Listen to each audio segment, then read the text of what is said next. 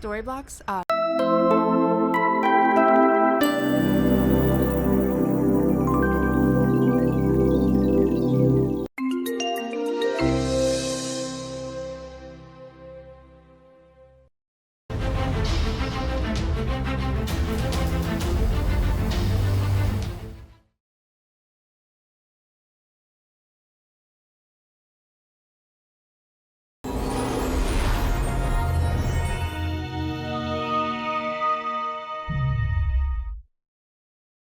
On Blitz, we have head coach Jaybo Show on the Dawson County Tigers. Jaybo, thank you so much for allowing me to come up here and talk about your team a little bit. Absolutely, man. It's so good to see you. It's so good to be back in this area, and just how you've grown Blitz from our days at Raven and how far you've taken it, man. It's really cool, and I appreciate all the effort and the work that you do to help make high school football what it is, man. I appreciate that. That means a lot.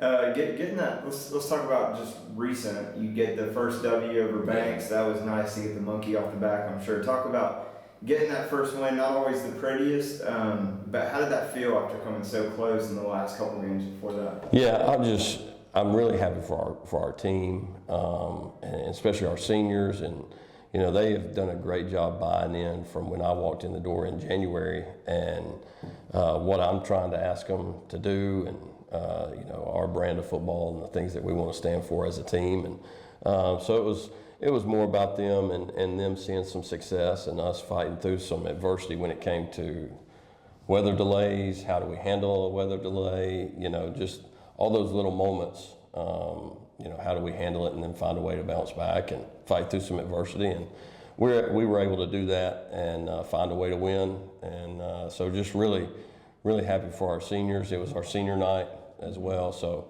us being able to take care of business and represent our seniors the right way, and ultimately represent Dawson County the way it's supposed to be with getting a win here at home. Yeah.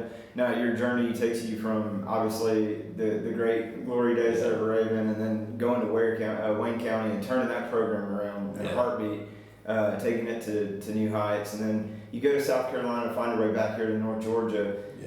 Talk about what led to your decision. What drew you to Dawson County? Yeah, I think, you know, if I could describe just a little bit of the journey and, you know, the transitions over the past 2 or 3 years, you know, it's just, you know, you try and find somewhere that you feel like you belong and that you're called to be. And, you know, what type of kid you're drawn to coach, what type of community you're drawn to, where you're at in your personal life with how old your kids are, and all those things, I think, you know, at least for me, played a huge factor in all of it. And I am so thankful and blessed that the Lord has put me back here in this area, and specifically Dawson County, and being in this type of community that cares about football, that cares about athletics in general, cares about being a great school system, all the things that you, for me as a coach, that are looking for, you know, we certainly have here at Dawson. And I'm just glad to be a part of the family and do my part to represent it, and represent it with great pride, and put a team out there that's going to represent this community the way it's supposed to be. And so there's a great administration here, and I'm very thankful that I get to work in this area, work in this community, work in this school system. So just, again, another word that comes to mind is just thankful and blessed that I'm here and back in this area with so many familiar faces like yourself, and just all the many people that I've spent most of my career here in this area. So being able to reconnect with coaches, with just everybody has certainly been a blessing, and I'm just very, very thankful. Yeah, and I know right away when you're taking over a program, you're offensive minded, obviously. Yeah. So right away you probably had to look at the skill players, like, hey, who's coming back? And so when you look at that and you look at, man, you got your starting quarterback in place, running back, you got some receivers too. How big was that for you? And then what are some of the biggest changes you've made to the offense to take it to the next level? Yeah, I think when you look at us as a whole, and you look at some of our skill positions, you know, I think we're in a really good spot as far as our skill guys go, and what they can do on a Friday night. And it's our job as coaches and on the offensive side to put them in a spot to be successfully. Thankfully, we've been at a similar type place in the past that has generated some success offensively. So I think that's what it boils down to, whether it looks exactly the same that we've done in the past or whether it's a little bit different.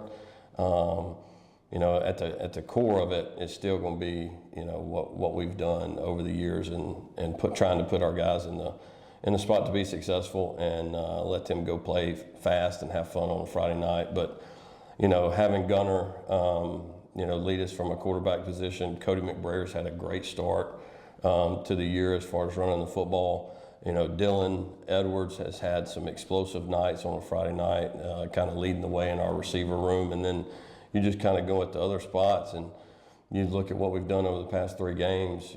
Multiple guys are catching the football. Multiple guys are being able to make plays. Paxton Phillips, Brody Sorensen, Cash Watkins, Aiden Bannister. All those guys have played a huge role as far as buying in and doing what we're asking them, trying to do what we're asking them to do. So I feel really good of where we're at. We're nowhere near where we need to be, but the willingness to get coached and them wanting to do and buying into what we're trying to do is certainly there, and they take a lot of pride in that. Yeah, and on the flip side of the ball with the defense, they lost a lot of players from last year's team. But what have you seen so far from that unit, and what would you like to see them improve going forward? Yeah, I think the number one thing we've preached from day one. Coach Hurd and our defensive staff have done an awesome job of kind of setting our standard and what our standard is supposed to be when it comes to playing with great effort and arriving with bad intentions and being extremely physical. If those are 2 things that we're going to we call them non-negotiables within the program. That's what we're going to do on defense, and we've certainly taken strides. Each week you see a little bit get better each week, and be able to hold a very talented East Forsyth team to less than 50 yards rushing. That's certainly a step in the right direction. And some of those things have definitely been a positive. We may have not seen some of the wins in the 2 games before come up like we want to, but when you just take a big picture and look at it and see where we were at and where we are now and the growth, and certainly got a long way to go, and we still got to get better on some critical down and distances and limiting explosive plays. But the growth that we've made has been certainly I'm certainly proud of it, and the credit goes to our young men in that locker room and our coaching staff to be able to continue to hold them to that standard. But then our guys being able to understand that standard and still chase it, and the willingness to get coached. I think that's the number one thing when you look at our football team that I'm probably most proud of. Just the willingness to get coached and the willingness to be held to a standard and be able to go chase it. And so that part, as long as we can continue to do that, we will continue to make strides in the right direction. Yep. Now, unfortunately, you contend in a tough region, so it's very unforgiving. Yeah. What's been the message to the guys about the expectations kind of as you start looking toward region play? Yeah, I think, and it's going to sound like coach speak, but, we're trying, where we're at right now within our program, we're trying to win every little moment, whether that's period 2 at practice or period 17 at practice. We understand what the challenge of our region is. It's not only very, very well coached teams, but you got guys that are also coaches that have been there and established kind of their standard and what they want to do. And I think that's the thing that shows up when you watch them, just not singling out any team. You look at all of them, that coaches have been there and that their players understand their standard and certainly have very talented players as well. So, our football team understands that part with our region, and it's more about what is our standard. Let's set our standard. Let's chase our standard, and then see where it shakes out and see where we got to get better once this thing gets done. But certainly a big challenge ahead as far as our region. I know we're excited about the challenge, and we're going to go represent Dawson with a lot of pride and a lot of effort, and see where this thing shakes out. But got a ton of respect for our region and the head coaches that are in this region and the players that are in this region. A lot of respect that we're going to go against for the next Friday nights to come. Yeah. I know this is not probably the most fair question, obviously, but being year one, coming in and trying to establish that culture like you're talking about, but if this team were to go on a run and make the playoffs, what do you feel? What's the recipe to make that happen in year one? Yeah, I think number one, we're going to have to play with relentless effort. That's going to be the non-negotiable if we want to try and get into that thing there at the end, and certainly that's a goal of ours is find a way to get into the playoffs and chase it like crazy and chase our standard like crazy. But it's going to always start with effort with us. That'll be the number one piece as far as what we're trying to accomplish. We have to play with relentless effort, and I think the physicality piece is right behind it. And I think with any well-coached team or a coach that is wanting their team to do well, we're going to have to be assignment sound. Don't turn the football over. All the things that you want to do on a Friday night, the recipe to win that you're going to try to continue to do as a football team and a football program. So I think there's a list of things that we'll have to do, but I think the number one, it'll always start with effort with us. Yeah.